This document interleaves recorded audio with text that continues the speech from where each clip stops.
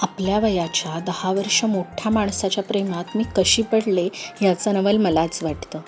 दिसायला एकदम दणकट, राकट, म्हणजे अगदी कोणतीही मुलगी भावसुद्धा देणार नाही असा.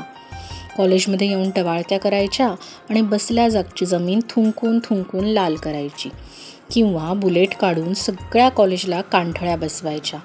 पण मुलींच्या बाबतीत फुल रिस्पेक्ट. टुकार मुलांचा कॉलेजमध्ये असताना खूप त्रास व्हायचा. त्यांच्या प्रपोजला जर नकार दिला की मग गाडीची हवा सोड किंवा सीट फाड असले भिक्कार चाळे चालायचे.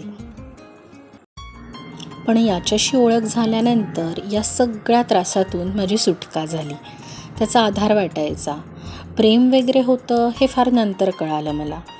एखादा पुरुष आपल्यासाठी ढसाढसा रडतो हे पाहिल्यानंतर मनात कालवायचं. फक्त 21 वर्षाची होती मी तेव्हा. कोणताही निर्णय घेण्याची अक्कल तर नव्हतीच. घरच्यांशी खोटं बोलून त्याच्यासोबत फिरायला जायचे.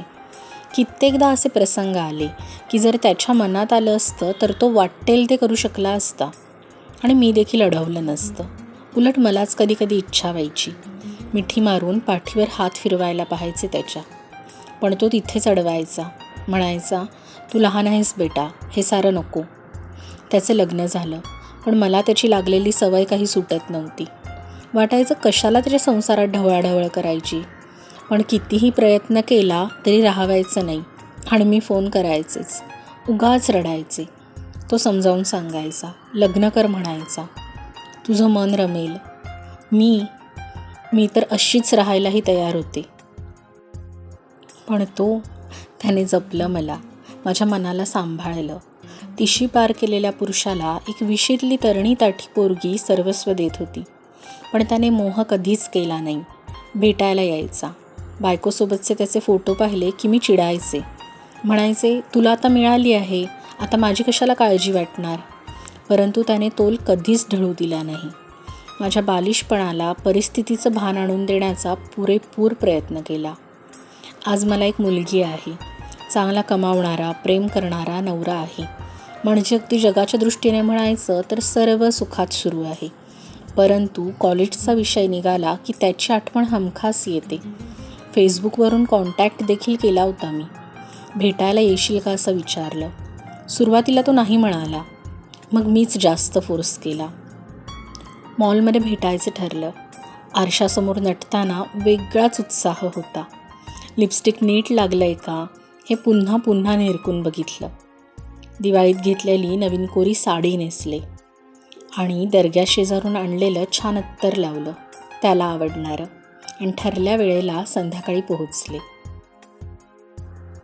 1-2 तास वाट पाहिली, पण तो आलाच नाही.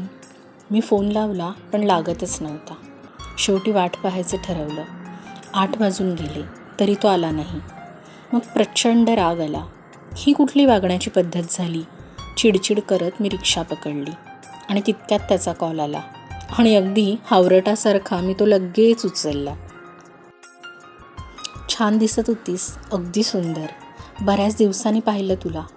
तुझी मुलगी, ती पण अगदी तुझ्यावर गेली आहे. फेसबुकवर पाहिलं मी. काही आठवणीत चांगल्या असतात बेटा. त्यांना फुलासारखं जपायचं. तुला आज पाहिल्यानंतर ते सगळे दिवस आठवले. किती बदल झाला आहे तुझ्यात. मला मोह नसता आवरला म्हणून समोर नाही आलो. स्वतःला असंच जप. काळजी घे, तुझी आणि तुझ्या घरच्यांची सुद्धा. फोन कट झाला. पुन्हा लागणार नाही याची खात्री होती, आणि आजही तोच जिंकला. मी अजूनही लहानच आहे, बालिश, पोरकट. तो मैदानात उतरलाच नाही. स्वतःची विकेट राखून ठेवली त्याने माझा डाव सावरण्यासाठी.